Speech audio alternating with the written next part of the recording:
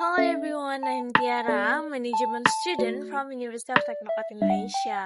So this is our first video about manajemen penjualan dan kewirausahaan.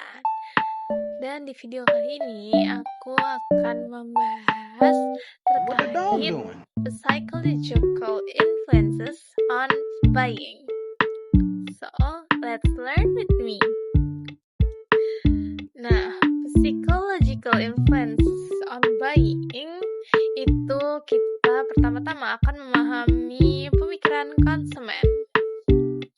Jadi, pengaruh psikologis di dalam pembelian itu merupakan aspek penting dalam pemasaran karena itu berkaitan langsung dengan cara konsumen berpikir, merasa, dan mengambil keputusan. Jadi, kita memahami pola ini juga bisa bantu perusahaan meningkatkan efektivitas strategi penjualan.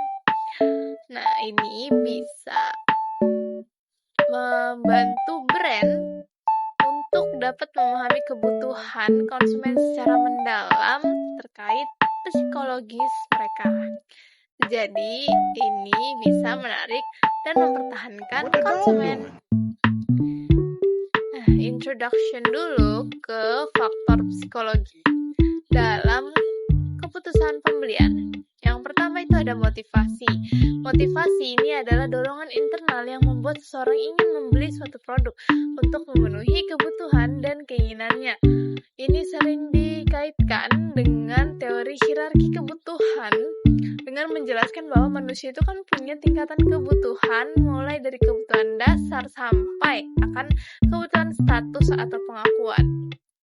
Nah, jadi di konteks pemasaran ini, perusahaan bisa nargetin konsumen berdasarkan motivasi, misal menjual mobil mewah ke konsumen yang ingin meningkatkan status sosialnya. Yang kedua itu ada persepsi. Persepsi ini adalah cara konsumen menerima, mengolah, dan menafsirkan informasi tentang suatu produk. Jadi, ini mempengaruhi brand kita di mata konsumen. Contohnya, iklan yang menonjolkan kualitas produk dapat membuat persepsi positif. Jadi, konsumen percaya bahwa produk tersebut itu lebih unggul dibandingkan produk pesaing. Yang ketiga itu learning. Di sini, pembelajaran mengacu pada pengalaman masa lalu yang mempengaruhi perilaku pembelian di masa depan. Konsumen yang punya pengalaman positif terhadap suatu produk itu cenderung akan membeli kembali dan jadi loyal.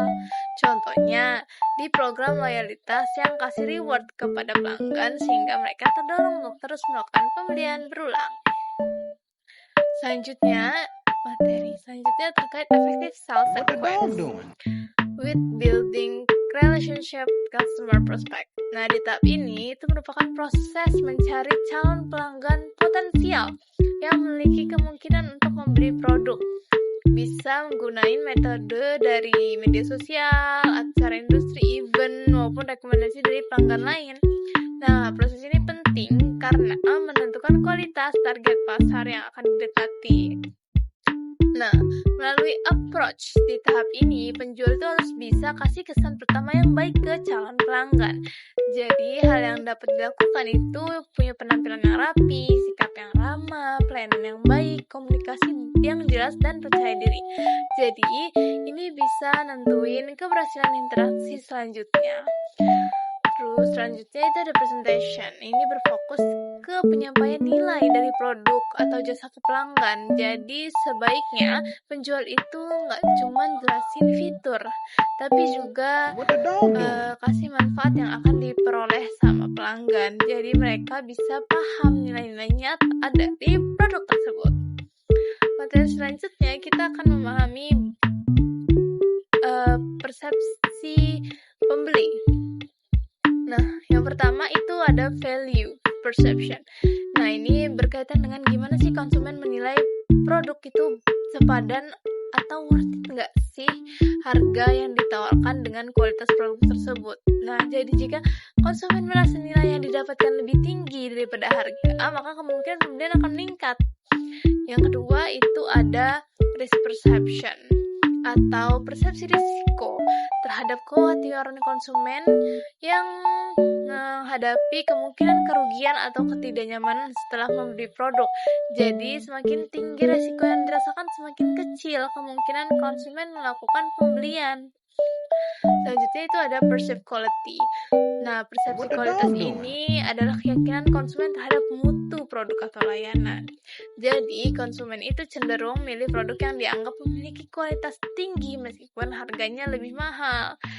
Nah, yang selanjutnya itu strategi untuk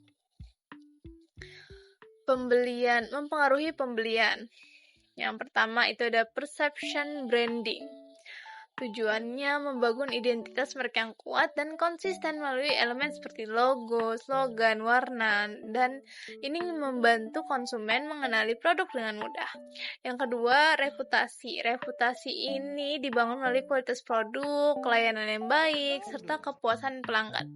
Jika reputasinya bagus dan percaya dan akan melakukan pembelian berulang.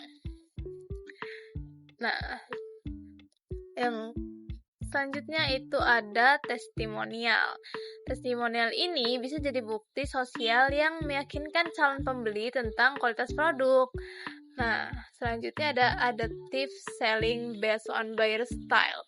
Adaptive selling ini adalah kemampuan penjual untuk menyesuaikan pendekatan mereka sesuai dengan karakteristik pelanggan. Jadi, fleksibilitas ini penting untuk meningkatkan hubungan dengan pelanggan dan bangun kepercayaan.